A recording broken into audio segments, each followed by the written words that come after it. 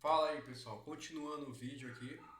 Ah, Agora eu quero mostrar para vocês um pouco aí do nossa fonte de dados como JDBC, que é uma fonte de dados que a gente usa normal, nos nossos dias, no dia a dia.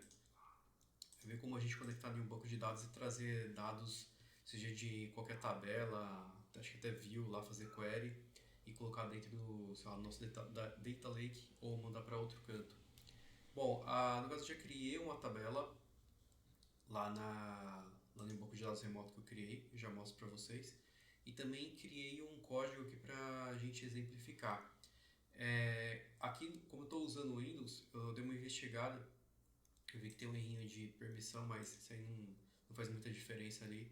Eu recomendo que vocês sempre usem o Linux para codificar, mas se não tiver, vai o Windows mesmo. E aí eu tive que setar uma variável de ambiente e usar uma biblioteca que a gente consegue achar no GitHub.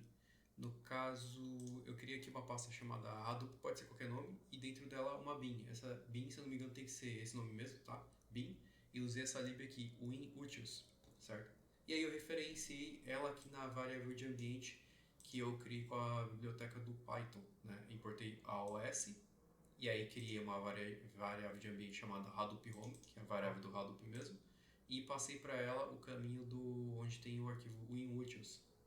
Eu criei também um módulo Python com as credenciais que eu vou usar do banco de dados remoto e eu já explico para vocês lá embaixo que eu estou usando ela. Aí aqui para baixo no main tem uma diferença aqui na criação da sessão. Uma é para os logs que eu estava investigando, são esses caras aqui, que ele gera cada execução nova. Aí eu passei ele aqui nessa outra opção. E o jar que a gente precisa para conectar em um banco de dados SQL, né? No caso, aqui é o Postgre. Tem também para SQL Server, MySQL, Oracle e N outros aí também, tá? Então eu passo eles na criação da sessão ou no Spark Submit, que a gente não está vendo aqui nesse vídeo ainda, né? Então, para fazer a leitura de um data frame, eu crio a sessão primeiro, aí depois eu crio o meu data frame usando o spark.read, só que agora é JDBC. E aí para o JDBC eu tenho que passar aqui uma parametrização, que é o que? É o endereço lá do meu banco de dados com o banco de dados e a porta, né? Então é esse padrão aqui, geralmente, né? JDBC, Postgre, para Postgre, o meu host, a porta e o banco. Aí a tabela que eu quero fazer a leitura, dependendo do caso, dá para fazer com uma query aqui também, digitar MySQL, e algumas propriedades de conexão, que seria o usuário e o password. Dá para passar de outras formas também, de umas formas mais seguras, com variável de ambiente ou com alguma outra configuração.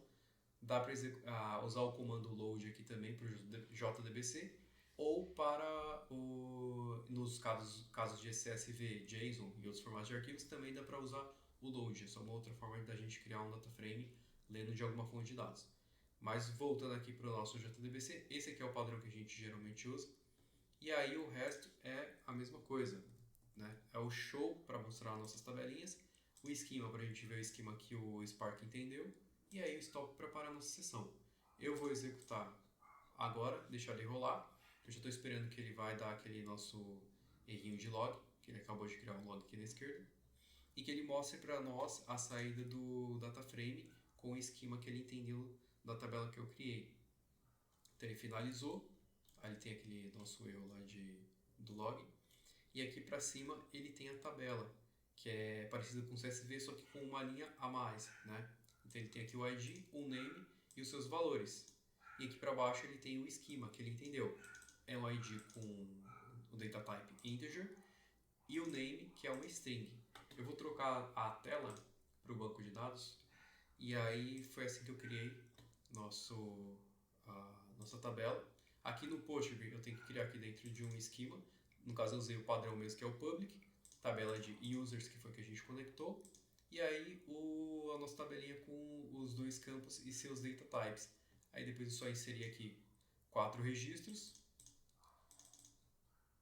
e fiz a leitura lá com o Spark.